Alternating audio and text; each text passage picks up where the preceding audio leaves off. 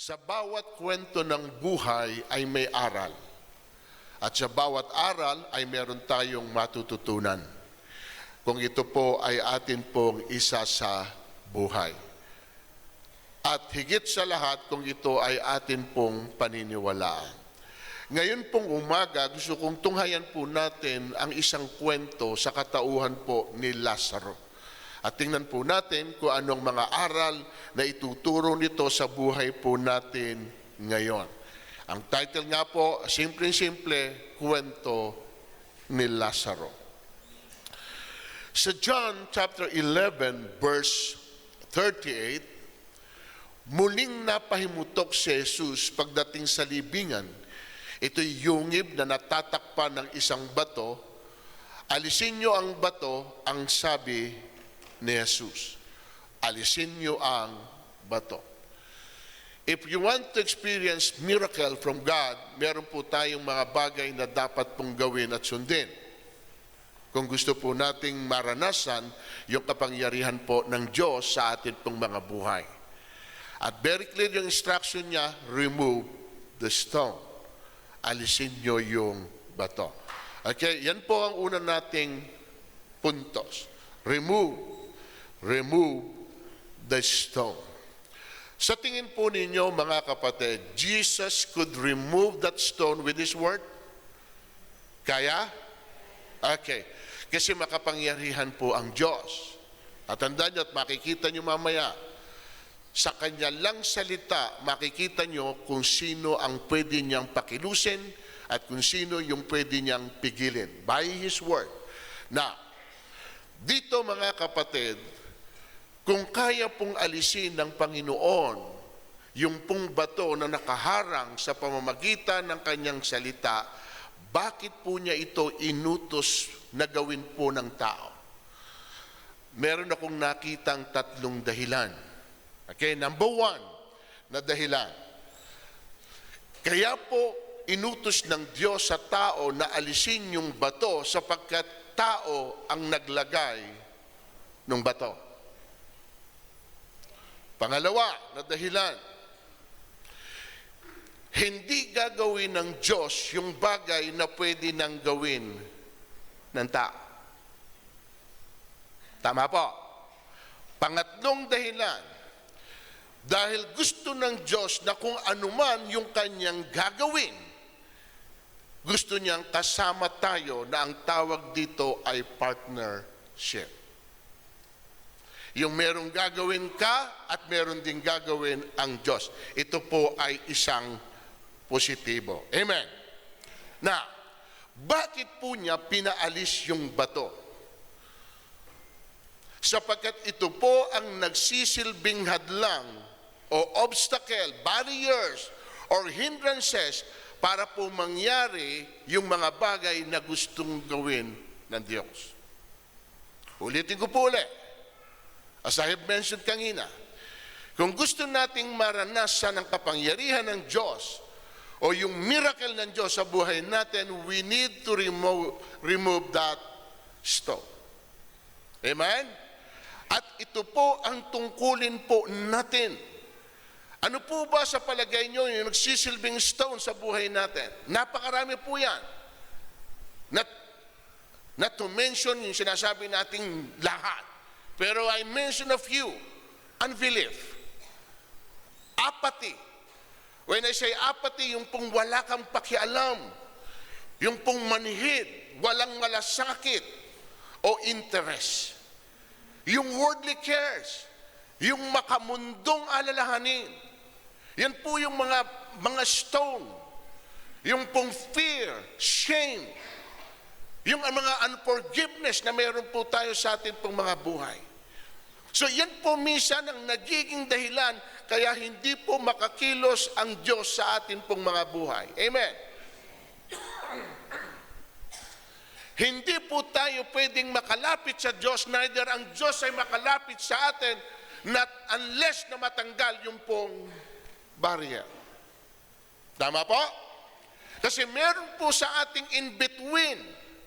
At yan po yung harang na ipinapalis po sa atin ng ating Panginoon. So we need to clear the way for miracles. So kanino po niya unang sinabi yung pagkakataon na alisin yung bato? Kanino? Kanino? Actually, kay Marta po niya una itong sinabi. Okay? Pero ano po sinabi niya? Tingnan niyo sinagot niya. Sumagot si Marta, Panginoon, nangangamoy na po siya. Ngayon, 4 na araw na siyang. Mga kapatid, listen. Marami po sanang pagkakataon na tayo yung una na makakita at makaranas ng himala ng Diyos. Pero hindi po ito nangyayari dahil marami po tayong excuses at dahilan. So ano po ang ginagawa ng Diyos? Dahil meron kang mga excuses, pinapasa po niya sa iba. Bagamat ikaw yung una niyang binigyan ng pagkakataon na maranasan niyon. Ano po ang aral, kapatid? Sana po kung ano sinabi sa iyo ng Diyos na gawin mo, huwag kang magdadahilan. Dahil po gusto po ng Diyos na ikaw yung una nga na maka-experience ng himala na gusto po niyang gawin.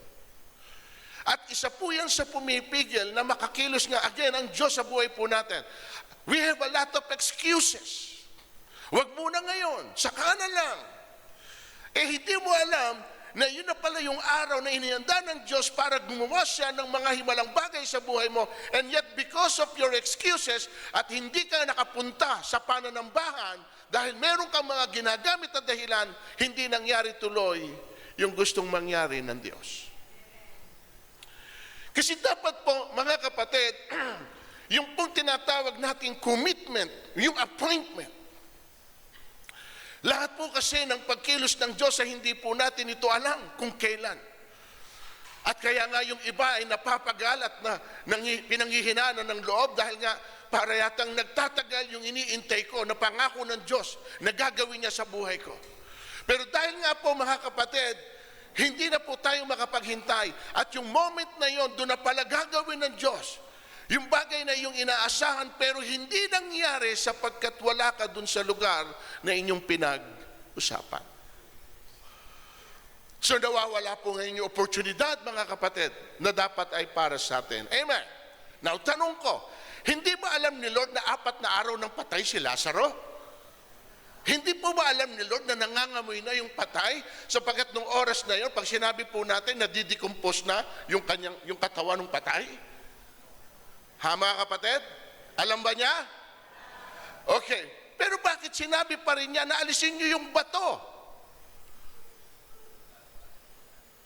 Amen? Bakit? Dahil nga merong gustong gawin ang Diyos. Napilit namang pinipigilan ni Marta. Ano yung ikinatatakot ni Marta na alisin yung bato? Dahil merong ma-expose at sisingaw yung baho na nasa loob. Kaya ito ang sinabi niya kay Jesus para hindi ituloy ni Lord yung gusto niyang gawin. Posible rin ba na sinasabi ito sa atin ng Diyos na alisin natin yung bagay na yon, pero hindi natin maialis dahil natatakot tayo na merong ma-expose at kung ano man yon, pilit nating tinatakpan.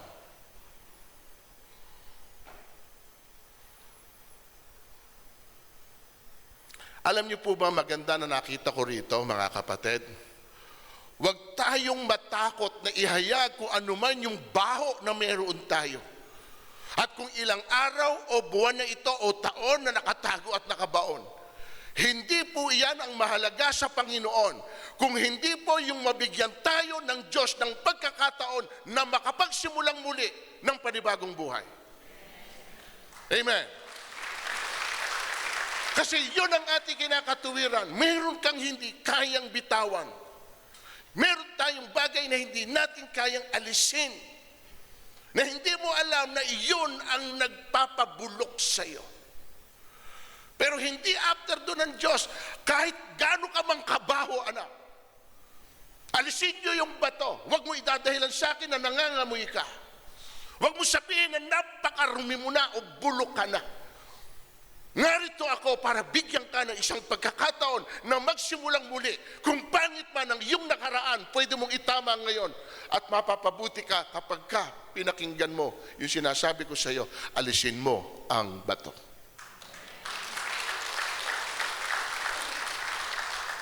Hindi ang Diyos ang mag-aalis.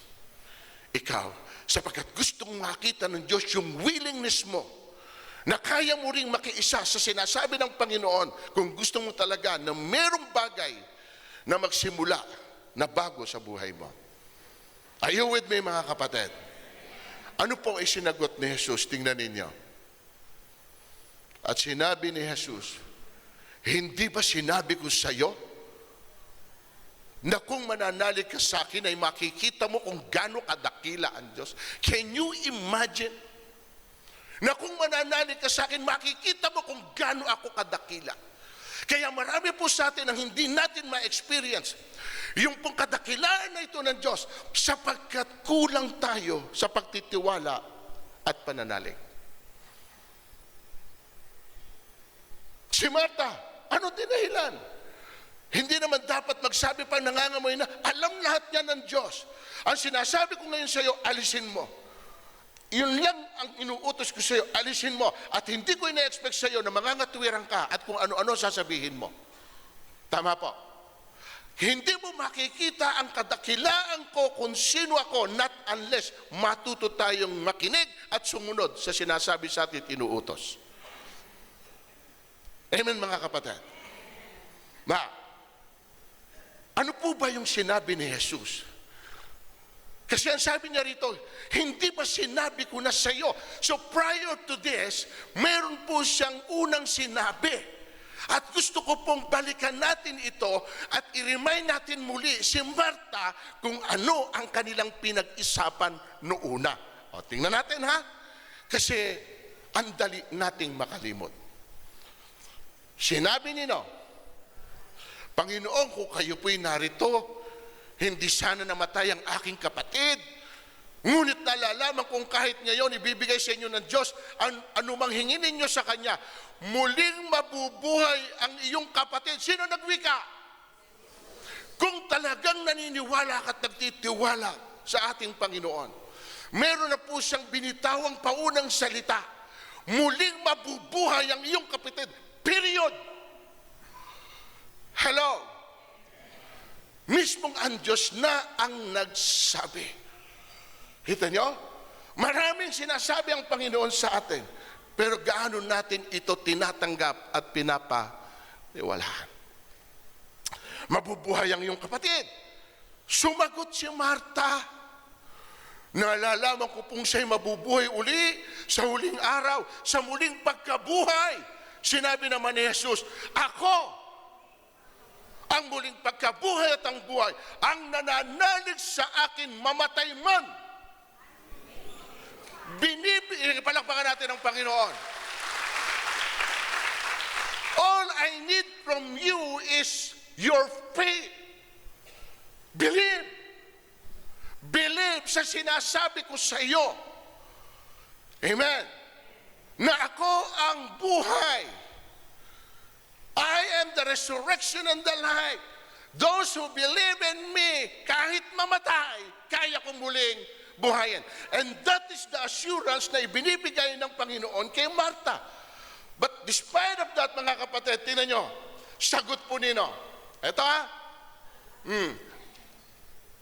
At sino mang nabubuhay at nananalig sa akin na hindi? Ano tanong? Ano sagot? Opo, Panginoon, nananalig po ako sa inyo. Kayo po ang anak ng Diyos, ang Mesayas na inaasang paparito sa sanlibutan. Saan siya umayon? Saan siya naniwala? Doon sa sinabi ng Panginoon na mabubuhay ang kapatid mo, ako ang muling pagkabuhay. Naniniwala ka ba? Opo, Panginoon. So nagkasundo. Amen? But all of a sudden, doon sa unang nating pinag-usapan, bakit iba ang naging sagot ni Marta? araw pa lang yun. Amen. Handa ba kayo? Ano nangyari sa sinabi ng Panginoon sa kanya? Bakit hindi po niya natandaan yung naging usapan nila? Very clear sa'yo, pinaniniwalaan mo ba ito? Ano sagot ni Marta? Opo, Panginoon. Okay na, sumagot. Naniwala ba talaga si Marta sa sinabi ng Panginoon? Hindi. Hindi nga niya natandaan eh. Ilang araw pa lang yun eh. Amen ba? Ganyan po, mga kapatid, ang marami sa ating Kristiyano. Kahit sinabi na ng Diyos, ipinangako na ng Diyos, hindi po sila sold out sa lahat ng ito. Dahil kung pinaniniwalaan ng mga Kristiyano ang lahat ng sinasabi sa kanila ni Jesus, tiyak po ako, mga kapatid, walang hindi tayo gagawin at susundin. At wala po tayong magiging struggle sa buhay po natin.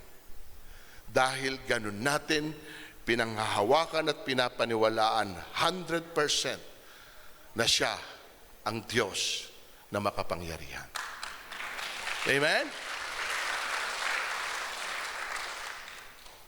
Ulitin ko. Kahit kailan, hindi ninyo mapapatunayan na totoo ang sinasabi ng Diyos, ang pangako ng Diyos, maging ang Diyos, maliban po na yung inuutos niya sa inyo, ay gawin nyo at subukan ninyo. Wala siyang patutunayan sa inyo dahil wala naman kayong ginawa eh. You don't take the challenge. Kung gusto mo ko talagang makilala who I am, ay kapatid, pag sinabi ko sa iyo, do it. Pero alin doon sa mga sinabi sa atin ng Panginoon, ang pinagtiwalaan po natin. Kasi ang pagtitiwala ay sumusunod doon sa bagay na sinasabi sa atin ng Diyos. Nandyan ba kayo, mga kapatid? So una, na ginawa, sabi ng Lord, remove. Pangalawa, respond. Nakita niyo po yung picture. Amen? Diyan po kasi tinawag na ni Kristo si Lazaro. Lazaro, come forth. Lazaro, lumabas ka. At ito matindi, kapatid. Yung isang patay nag-respond. Which is napaka-imposible ng isang patay, wala ng buhay, 4 na araw na, madidecompose na, pero nung marinig ang tinig ng Diyos, tumugon. Nag-respond. Hello? Tingnan natin. At inalis nila ang bato, tumingala si Jesus at ang wika, Ama, nagpapasalamat ako sa iyo sapagkat dinidinig mo ako. Alam kong lagi mo akong dinidinig. Ngunit sinabi ko ito dahil sa mga tao nakapaligid sa akin upang sila'y sabihin nyo sa akin. Nakita nyo? Yung mga tao na naroon para saksihan yung gagawin ng Panginoon, at first, wala silang paniniwala.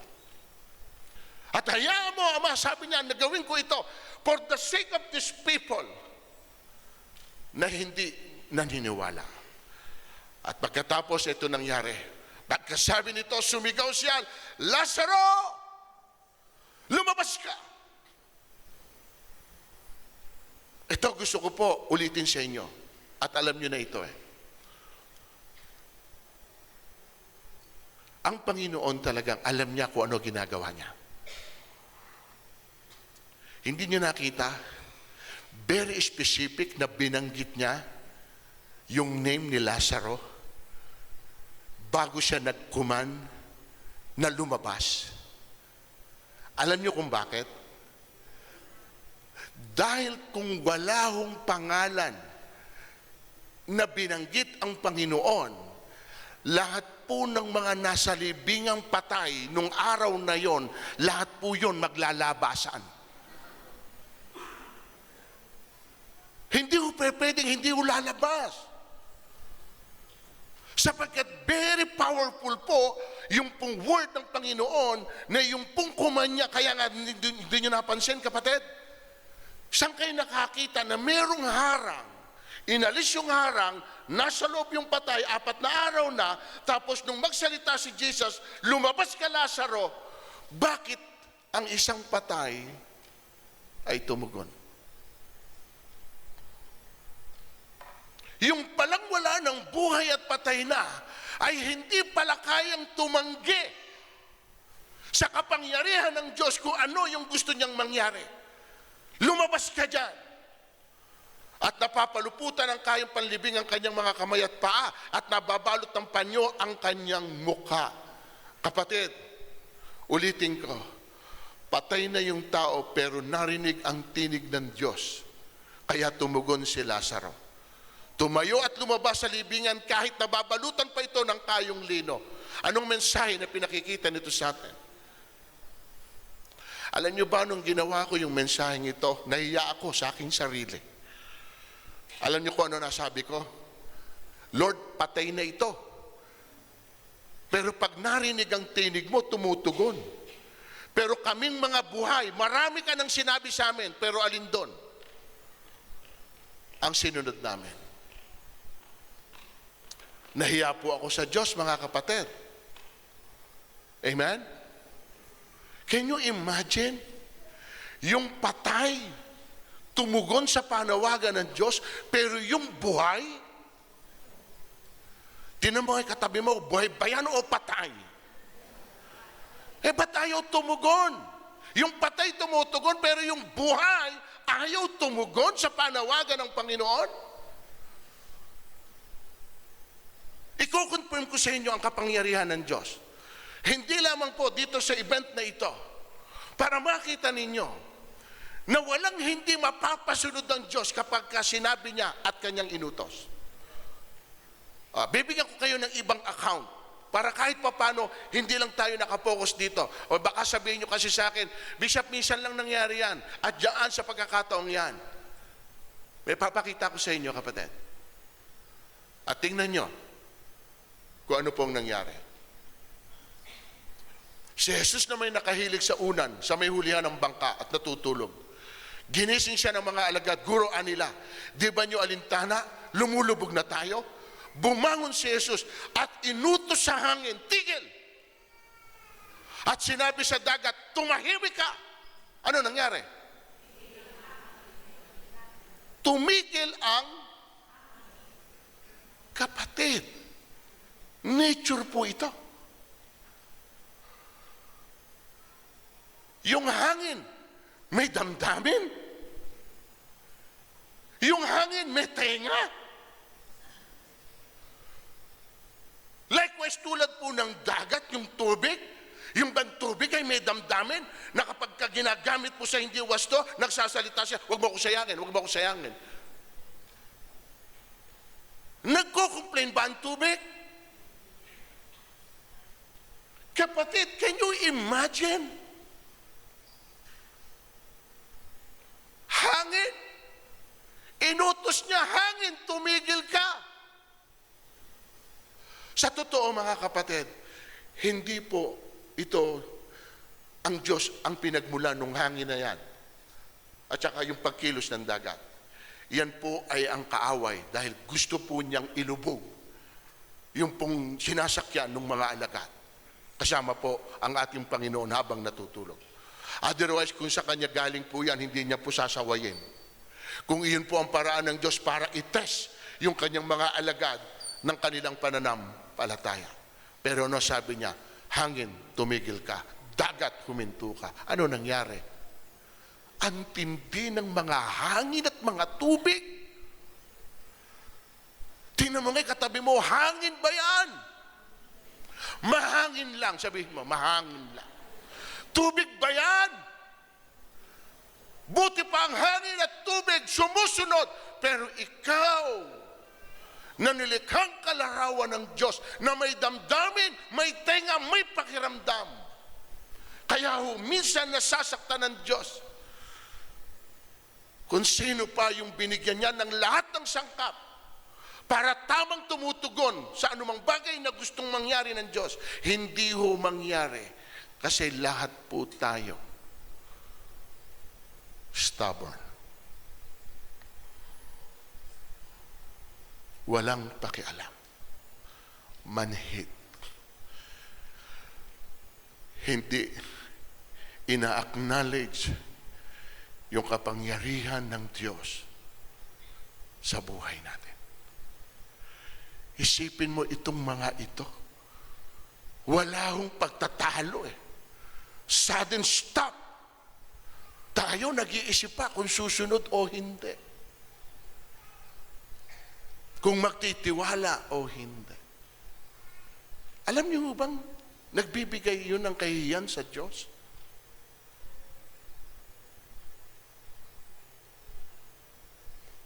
Iyan yung kinuwento ko nung midweek eh. Di ba? May kinuwento ko rito nung midweek eh. Si Josh McDowell, isa po siyang author ng sa family, he's a family counselor.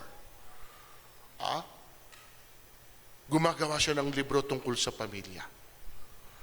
Alam niyo ba, yung anak niyang dalaga, isang araw ay umuwi sa bahay at sinabi niya sa kanyang ama, Dad, kung sakali ba na dumating ako dito sa bahay na ako ay buntis, may nakabuntis, ano gagawin mo? Ay, ano sabi po nung ama? Anak, for sure, wala nang bibili nung libro ko about family. Bakit? Sapagkat sarili kong pamilya, sarili kong anak, hindi ko na itama. Anak, for sure, wala nang magpapa-counsel sa akin. Bakit? Yung mismo sarili kong anak, hindi ko nagabayan. Ano ibig kong sabihin? Yun po yung sinasabi nating magre-reflect kung sino siya.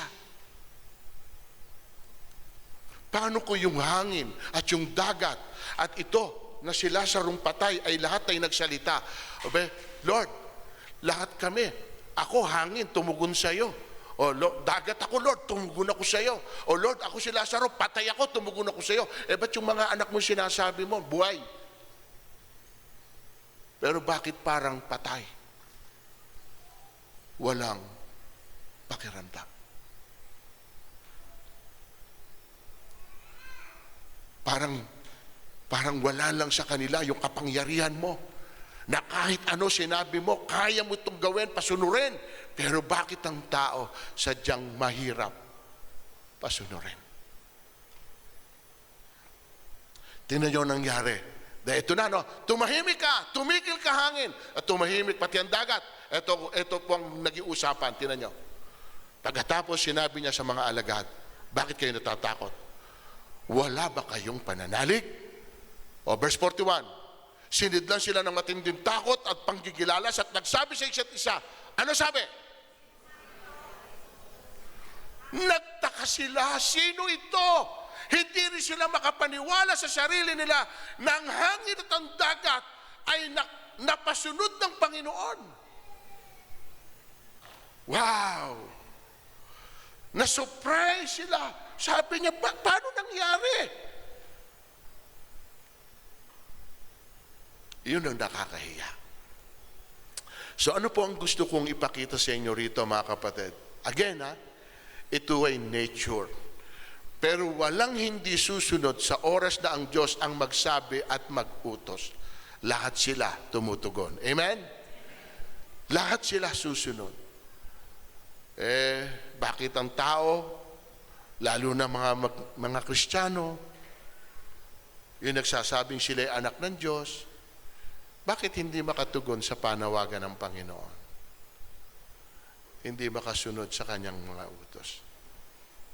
Yun. Kaya po again, nasasaktan ng Diyos dahil tayo ang may unawa, tayo may pakiramdam, pero manhid sa lahat ng sinasabi ng Panginoon.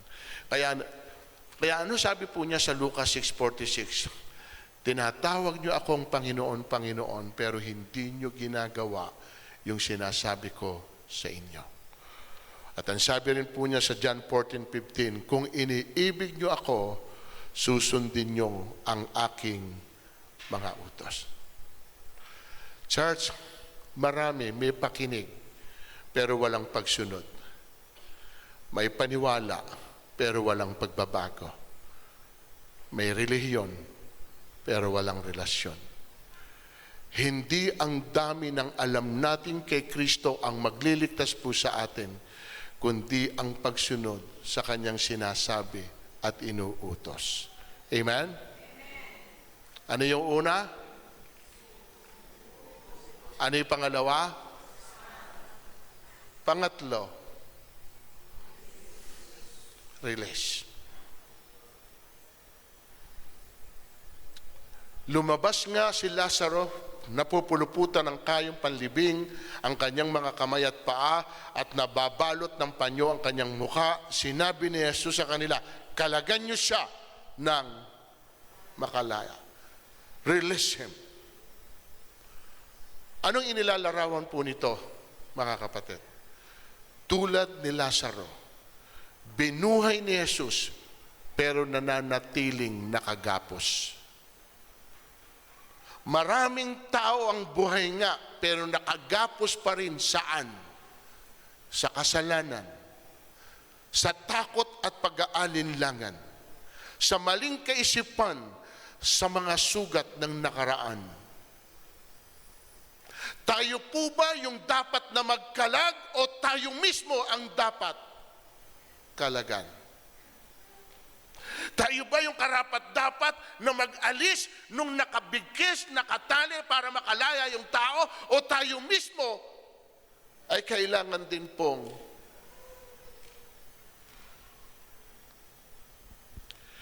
binuhay po ng Diyos si Lazaro dahil hindi natin kayang gawin ito. Amen? Siya lang ang pwedeng magbigay ng buhay. Pero inutos po niya sa mga kasama niya na kalagan si Lazaro. At yan po yung sinasabi ko sa inyo kanina. Yung hindi natin kayang gawin, ipaubaya natin sa Diyos. Amen? At yung kaya naman natin gawin, yun naman ang ipinaubaya ng Diyos para sa atin. Are you with me? At ang tawag doon ay partnership natin sa Diyos. Tinawag niya tayo para tulungang kalagan ang mga taong binigyan ng bagong buhay, hindi para husgahan, kung hindi palayain. Dahil marami pa rin sa kanila, bit-bit pa rin ang bakas ng nakaraan. Release him. Hindi ito yung kanta ni Victor Wood na please, release me. Amen. Ibig sabihin, tanggalin nyo ang anumang bagay na nagpapaalala o nag-uugnay pa sa mga bagay na patay sa nakaraan. Release him sa mga bagay na maaaring pumigil sa kanya para hindi siya makagalaw at hindi niya magawa kung anuman yung dapat niyang gawin. Sinabi ni Jesus sa kanila, kalaganin niyo ng makalaya. Hindi siya binuhay ni Jesus para lang maupo, kung hindi para po humayo at magpatotoo sa kapangyarihang naranasan po niya mula sa kamay ng Diyos. Amen? Release. Sabihin mo sa katabi mo, release it.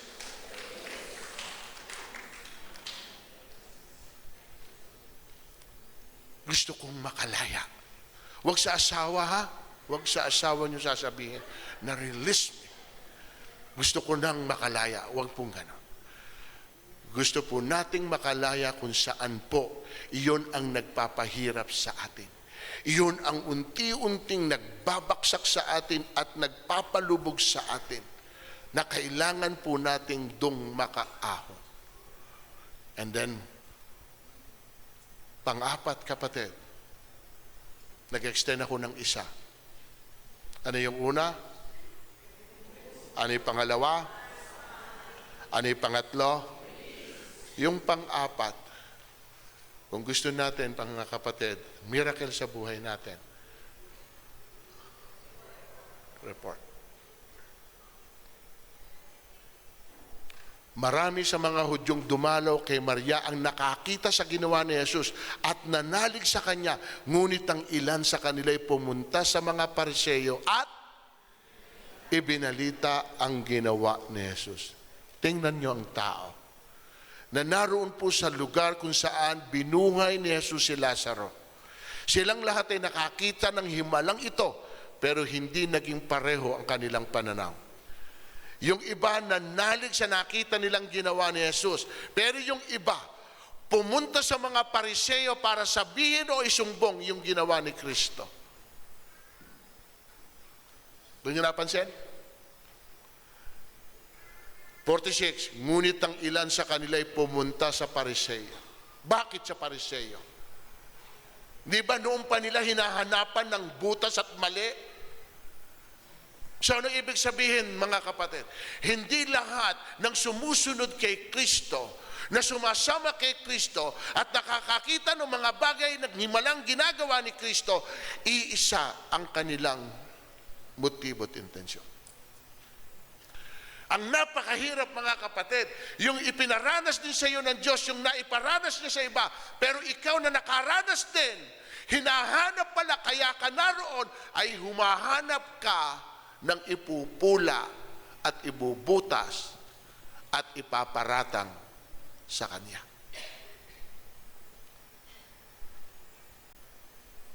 Ganyan pala ang tao. Sa halip na ipagpasalamat, Lord, salamat.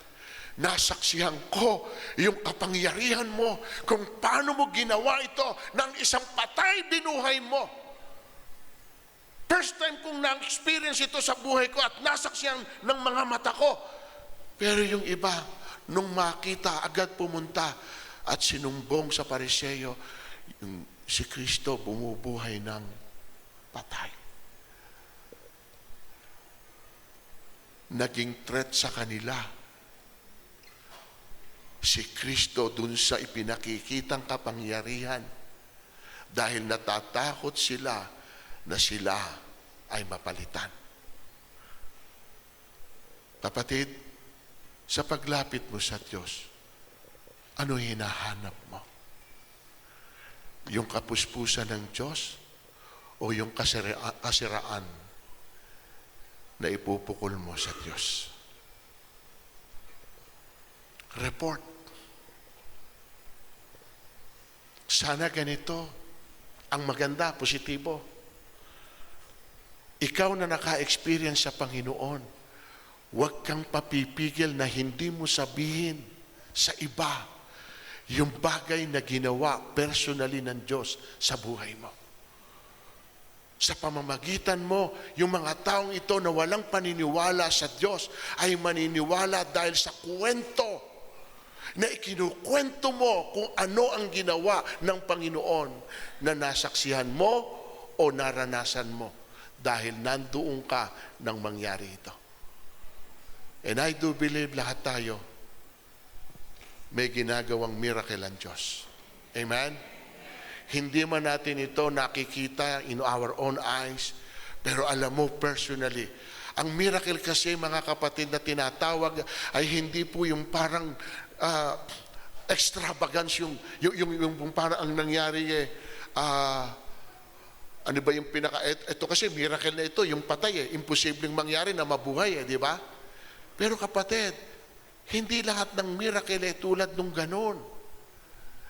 Hindi ba sinasabi ko sa inyo, yung kayo ay gumising araw-araw mula sa inyong higaan, it's already a miracle.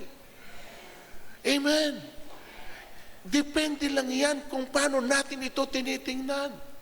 Yung walang sakit ang pamilya mo, maayos sila at hindi sila nagkukulang sa anumang bagay. I-consider ko, it's also a miracle. Yun lang pintura ng bubong Kapag pininturahan, ang sinasabi nyo, it's a miracle. Pintura lang ng bubong. Advertisement ng pintura, tapos it's a miracle. Kapatid, napakawalang kwenta nun. Amen.